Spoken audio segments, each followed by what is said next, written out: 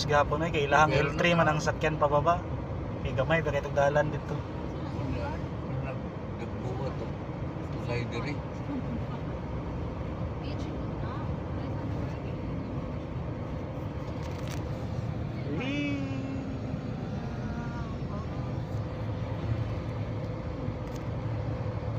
Mula gina mo ba na nagbuhat sa tulay ang yanan sa mga kuwan.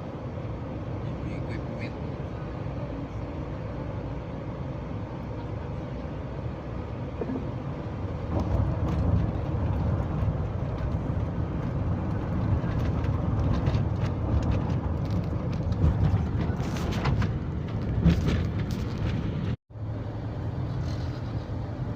Napayuban gid mo no.